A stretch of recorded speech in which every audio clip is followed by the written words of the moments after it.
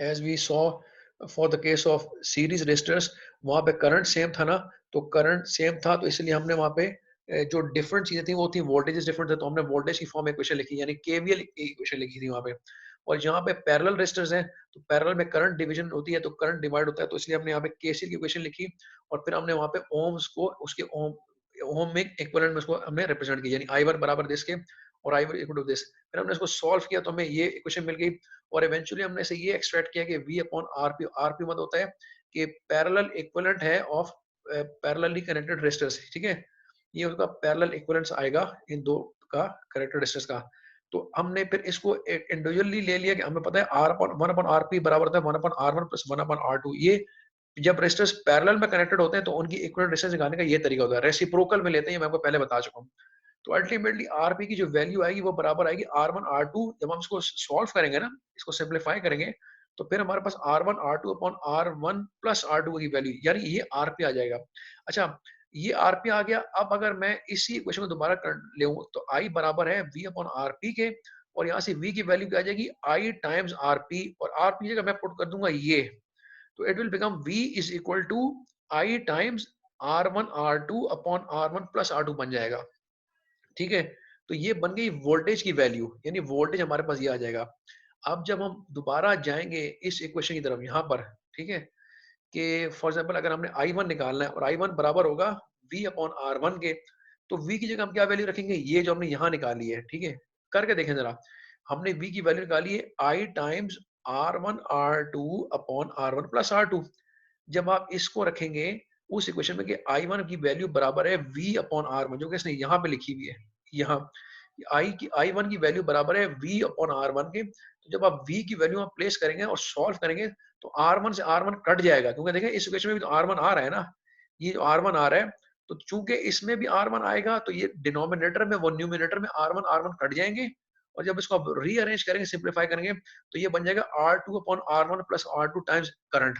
यानी आप इस तरह से जब आप I2 के लिए करेंगे, यानी इस केस में I2 के लिए क्या बनेंगे V अपॉन R2, तो फिर यहाँ पर भी जब V की वैल्यू प्लेस करेंगे तो R2 से R2 कट जाएगा, ठीक है, और R1 बच जाएगा, ठीक है। और ये इस तरह आप अरेंज कर दीजिए। अच्छा, तो अल्टीमेटली हो क्या रहा है, अगर आप इन दोनों इक्वेशंस पे गौर करें तो I1 के केस में R2 ऊपर आ रहा है और I2 के केस में R1 ऊपर आ रहा है, ठीक है। बाकी चीजें सेम है, नीचे दोनों रेजिस्टेंस का सम लिखा हुआ है, और that is the total current IT।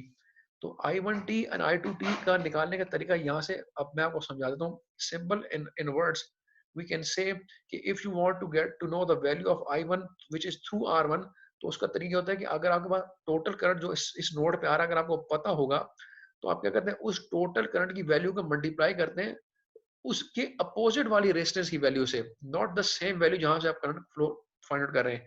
यानी अगर आप I1 फाइंड आउट कर रहे हैं तो you have to multiply this total current I which is coming from here, उसको I को मल्टीप्लाई करेंगे to the other resistance value R2, और डिवाइड कर दें same the sum of these two R1 plus R2। देखिए ये चीज यहाँ पे हो रही है।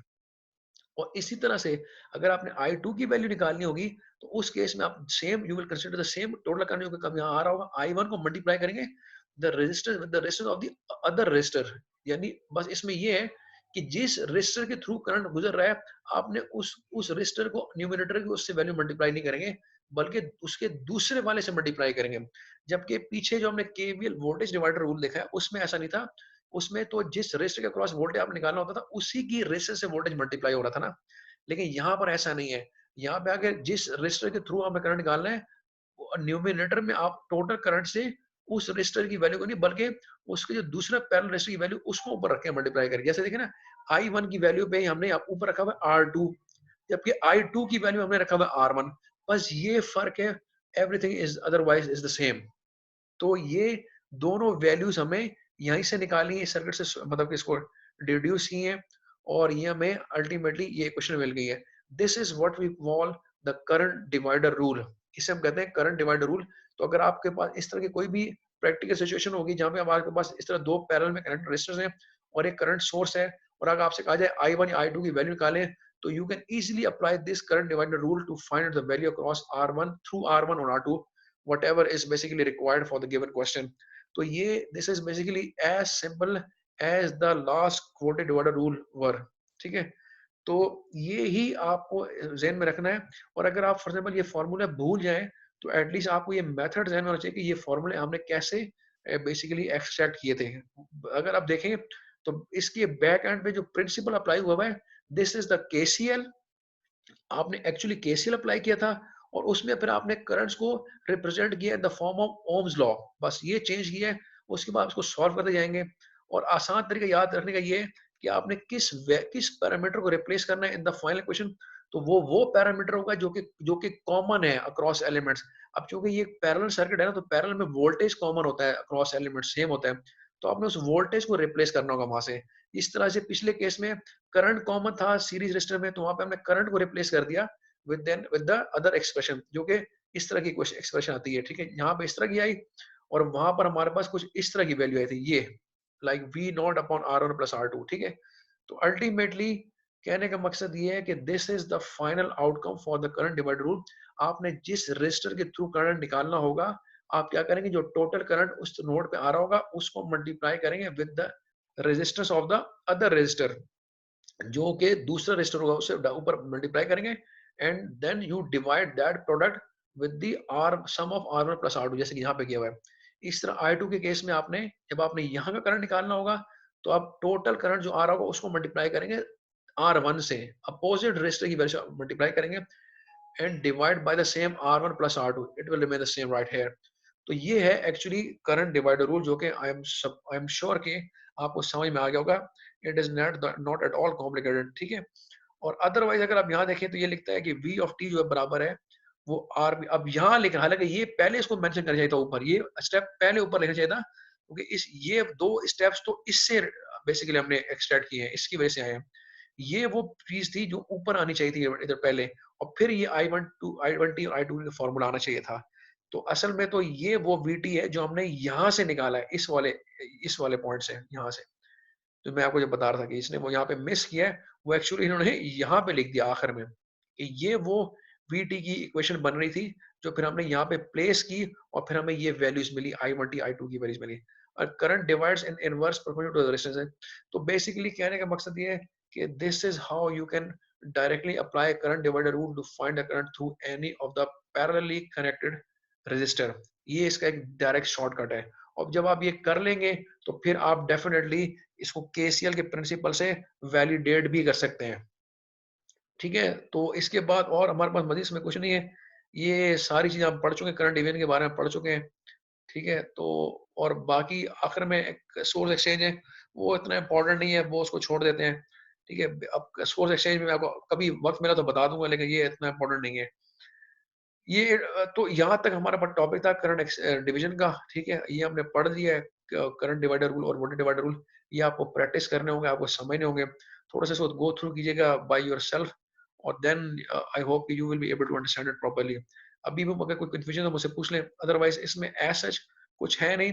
दो टेक्निक्स की एप्लीकेशन आप समझ लें, एक साइमल्टेनियस एप्लीकेशन है इन दिस टेक्निक। एक तो आपके पास जो केवीएल केसीएल का प्रिंसिपल्स है, वो आपने इनिशियली उसको अप्लाई किया था, और फिर हमने वहाँ पे जो एक्सप्रेशन बन रही थी, फॉर एग्जांपल करंट की बन रही थी या वोल्टेज बन रही थी, उनको हमने उनके ओमिक इक्विवेलेंट से रिप्लेस किया उन वैल्यूज को, और फिर बस सॉल्व किया था और थोड़ी सी रीअरेंजमेंट कर दी थी।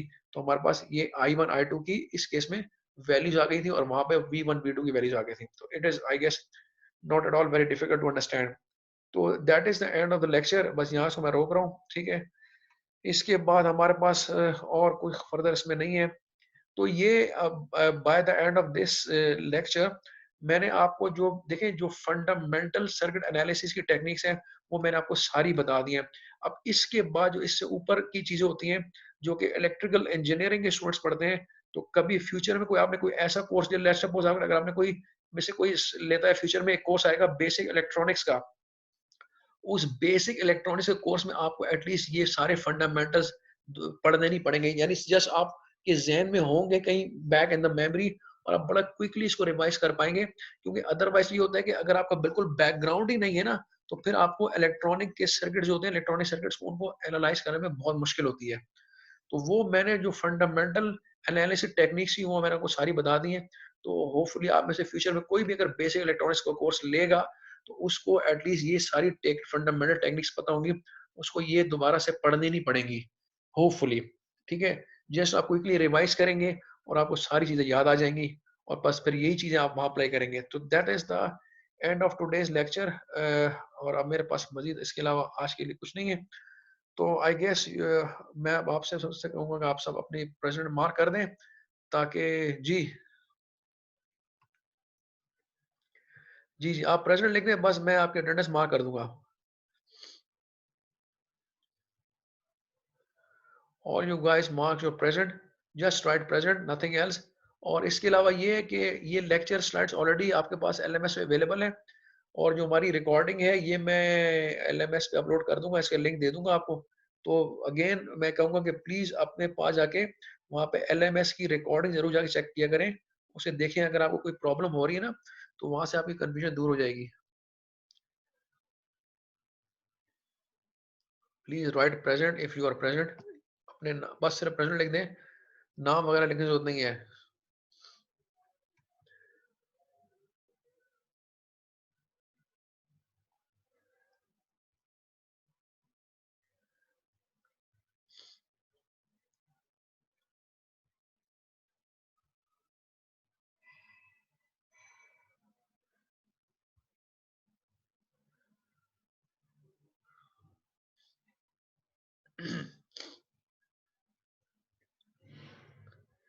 कोई क्वेश्चन है तो मुझे बता दें please.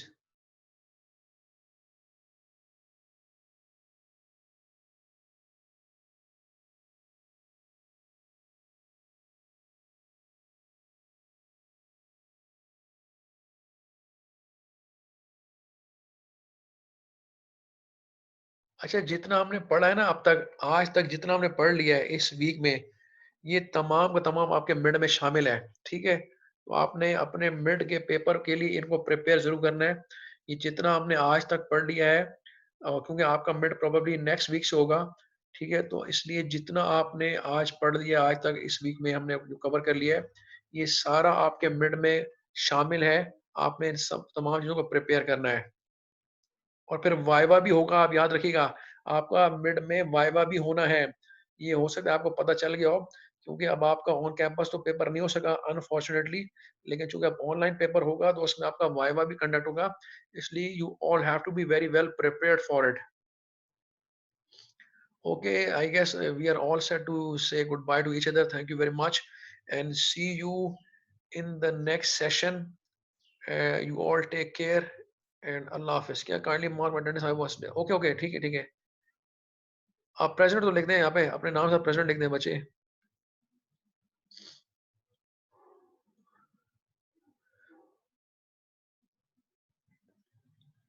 And then you can leave, right? Okay, once again, Allah Hafiz. See you soon. Take care and bye bye.